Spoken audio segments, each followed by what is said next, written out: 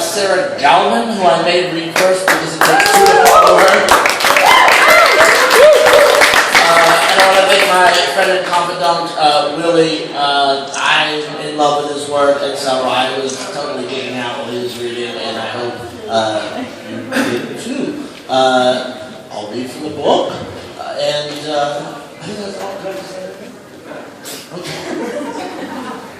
I'm treating this reading like I would treat any other book of like poems I would buy. I'd be like, all right, which one's the shortest poem? I read that first, and then I read the last line. Oh God, fuck, what's the last line of the book? The sun, the sun, the sun. All right, I know when I get there, I'll be done. And then I gotta start. Then I start with a bulkier lyric if those things pass the test. So I'll start with, we're at a bar, and there's portraits. No? Maybe. So I'll read Portrait in the Mirror Behind the Bar. Anyone who loves Tim loves him for the same reason. He hit one home run. Did you ever hit one? He'll ask, as the day begins to wash over his face, and he leans back to stare at the baseball soaring just past this carved mermaid someone's hung from the bar's ceiling. He'll say something cracked. He'll say it was the ball in his bat. And then he'll laugh till he coughs. He'll say it cracked, whatever it was, in him, once. He just so happened to be playing a ball game at the time. He thought he felt it about to crack again when he took an ugly wife like Jimmy Soul told him to. But then ugliness took her right back 7 long years ago. It's here, where anyone who does not love Tim stops listening and stops looking at the mermaid's wooden breasts and nods at the barkeep for the check and smiles through Tim's apologies for going on so long the other night about his early onset arthritis and his minor stroke and his father's minor stroke and his foot rot, and runs out into the street made quiet with snow where someone's wrapped Christmas lights around the trees.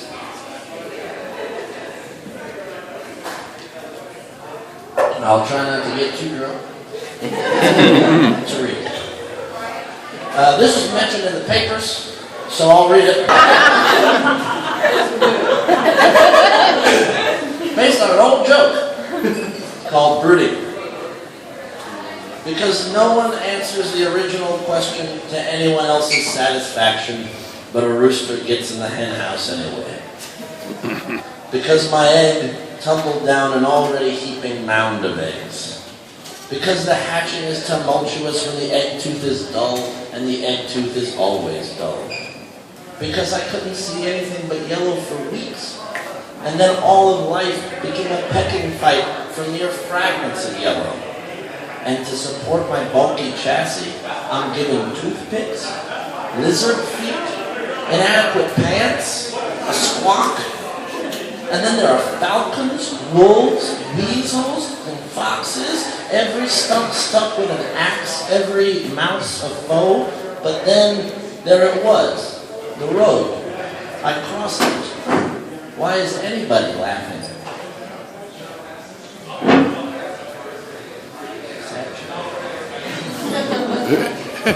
Okay, I'll just skip ahead to the long poem. Oh, all right. I'll read. Okay, so basically, there's a long poem. The book is split into some lyrics, and then there's a kind of epic long poem in the back. Over the course of the long poem, all that happens is that the man in me tries to seduce the woman in me, and the woman in me is not having it. And then she leaves the man in me, and then I'm left with just me. So I'll give you the kind of plot points of that. I'll start with like a little town that it's in, and then I'll give you the argument, and then I'll end with the only poem I ever wrote.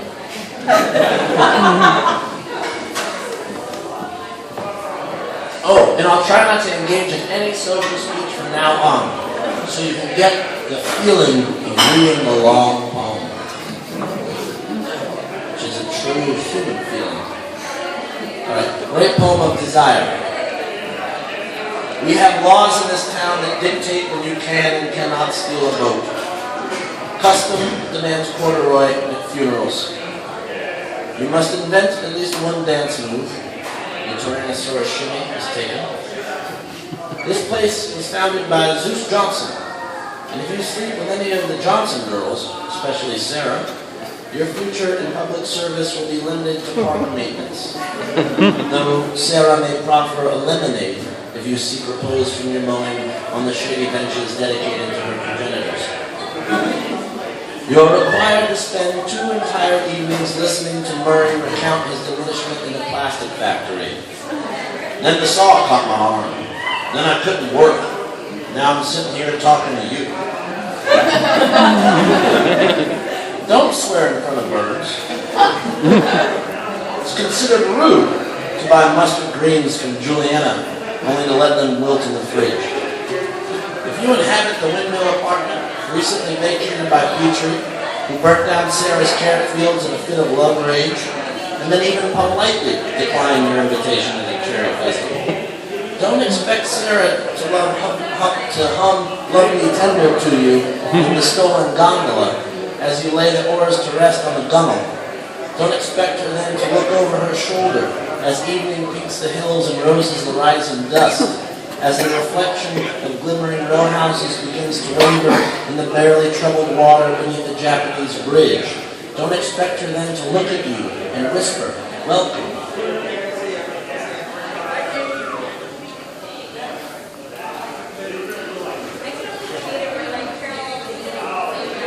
I have long been the student of a woman's academy. As a middling pupil, an eternal sophomore, often I've been humbled, rendered an electrified stone over something as foundational as a wonder bra. Stunned by how the lingerie silk-to-lace ratio determines the course of a life, an everlasting soul, a whole evening. Its swirls and deep cuts, for instance, clearly do the devil's work, while its clasps and straps and static seem to serve the Lord. Trembling in the dark room, I find myself torn between my love for the underdog and my unhealthy fear of God. And if I conceive of the garment functioning as a stay against function, as a last line of defense and an open invitation, then I am torn between tearing and lifting, letting lover lift, or bypassing the thing altogether and barreling in. Days of careful study, nights of trial and error, the better to understand the slip. Scholars of the boat neck, the black dress, those burning the midnight oil over empire wastes, let us announce our work worthy and deserving of funding equal to that of other arts and sciences, integral, in fact, to the understanding of our destiny on the planet. To wit, my recent findings reveal most night dresses long outlive a man. Better to be a bit of a lepidopterist here.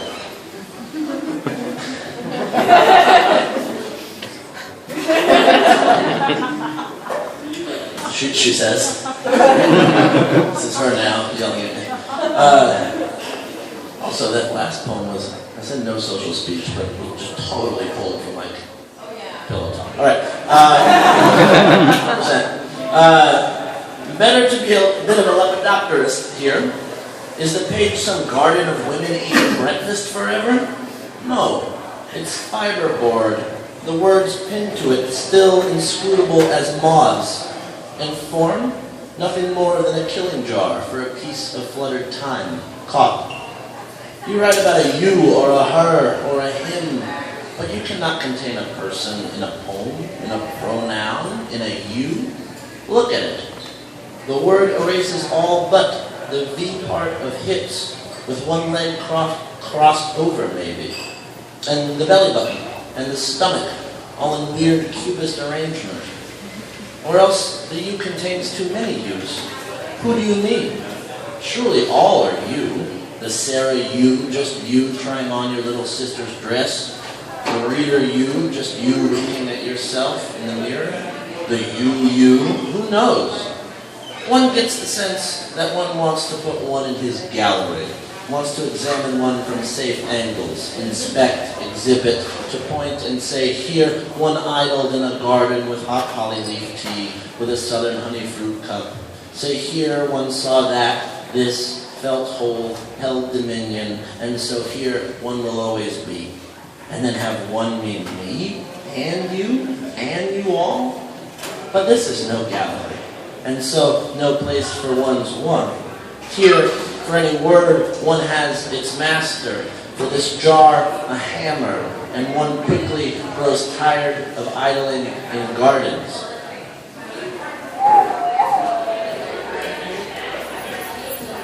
That's what I always say.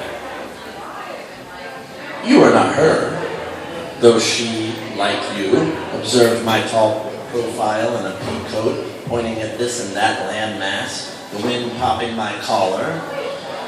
Though she, like you, heard me naming this one Ham Sandwich Hill, and that one Ham Sandwich Hill, after what we packed in our picnic basket. In, yes, the same park that she, like you, thought shabby. And you are not her, though I call you you, like I called her you, and perhaps I shouldn't, but I do. As with hill and hill, so with her and you. I name delightfully to confuse and so fuse, and like putting the lie to the idea that all's not one. Those hills not food? How so? Some flower feeds some bee there, some squirrel, some hawk, and maybe there's even a row of kale someone secret planted for the village.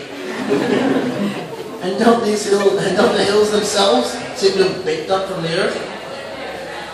A necessary concentration obtains here, as with machine gun fire and poetry, as with lists, best ofs, worst ofs, the unaccounted for, the mist, as with data and floating plastic in the Pacific, so with love, there is too much. So I lump all into one and call you Sarah, though she, like you, is called Laura, Yolanda, Tomoko, Dark Lady, Helen, Victoria, Sally, etc. Though she, like you, is otherwise named, she, like you, is you, and likewise love. My thighs are like what? Milk bottles? And my wrists? Like thinner milk bottles? And my mind, forever second or falsely first. And my heart is like? Count your ribs. Are you missing any? So why liken me at all? When it's not me you like, nor milk, nor its bottles. You like liking, like looking to like seeing yourself in what you see. I think my arm is like my other arm, as my leg's like my leg, and my heart's like itself, and my mind likes minds that mind their own business, unlike yours. And another thing, you keep me penned thoroughly, keep my trough topped off, my hide massaged with milk, only later to hang me from my nostrils and spin me above the pencils and maws of appraisers. See how white and wide her teeth. See what excellent spot placement. Please, do note her grace, even in the act of dangling.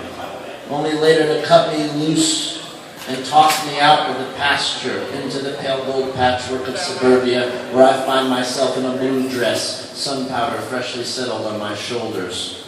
Before I can even enrich the evenings with breath you've had me purloin from the sea, I'm hitched to the back of a wing star. I'm careening down the interstate, signaling wildly, passing on the left, the right, breaking through the tolls and down the off-ramp into the city come alive with buskers and birthday balloons. Now giggle between the bike bells, you say. Now wear this poncho the way a rock wears rain. Now stand right here and outglow the rush hour headlights. And the next day I flow in wearing a white dress. And the next day in puce. And the next day, and the next. No history, no habit, not even the comfort of a recurrent color. Whose eyes could bear to be 1,000 windows opening onto Omaha, onto Rome, onto Jakarta, onto Jackson, Mississippi. I am not pieces. Please stop making me pieces.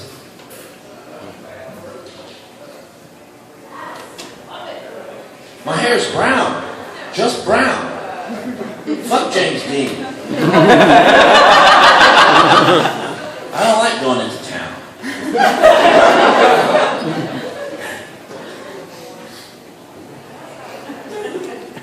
What I have kissed, I want you to kiss.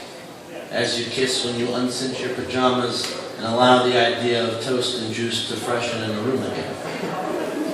Or perhaps you find kissing too limited an engagement with the world, restricted, as it often is, to the cheeks. Or maybe you bet my kissing has a history of failing. I'd be the umpteenth pansy troubadour to tumble into your breakfast nook with grapefruit and grapefruit spoons, singing the praises of your body in pecs too delicate to stir the God you once stirred in you. You prefer a nice morning romp for breakfast. You take tooth to your fruit, and your water you draw from the bathroom sink. Or maybe you are plumb tired of kissing, having kissed so much, and having seen so much particularly kissed, that you cannot even look at a wristwatch on a nightstand without the idea of loss freshening in the room again. Or is proximity an issue, and not the kiss per se? You know too well when you get too close, you sense the too much to miss. In that case, take this as is, a blown kiss. Those always hit.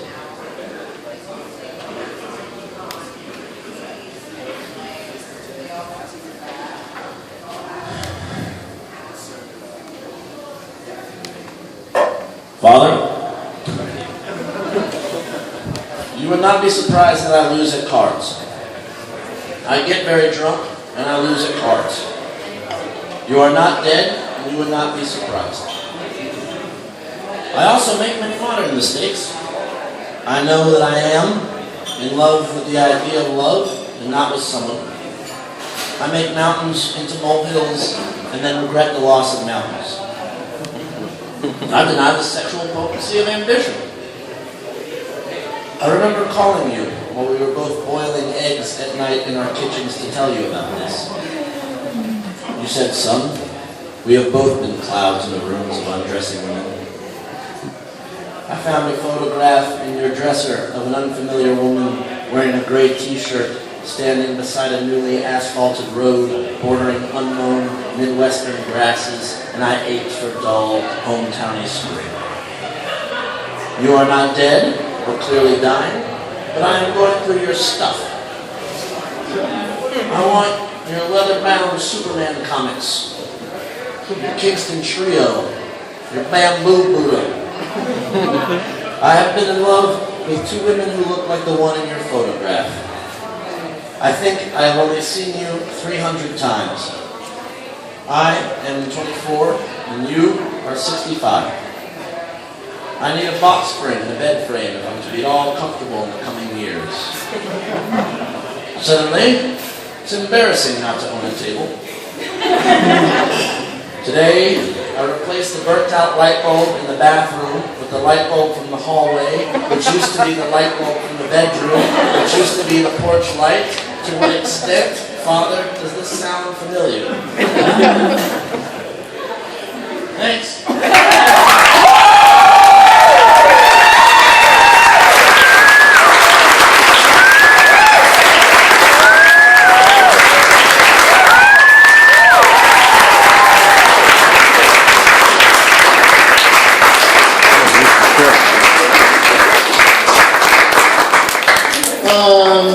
What else is there to say?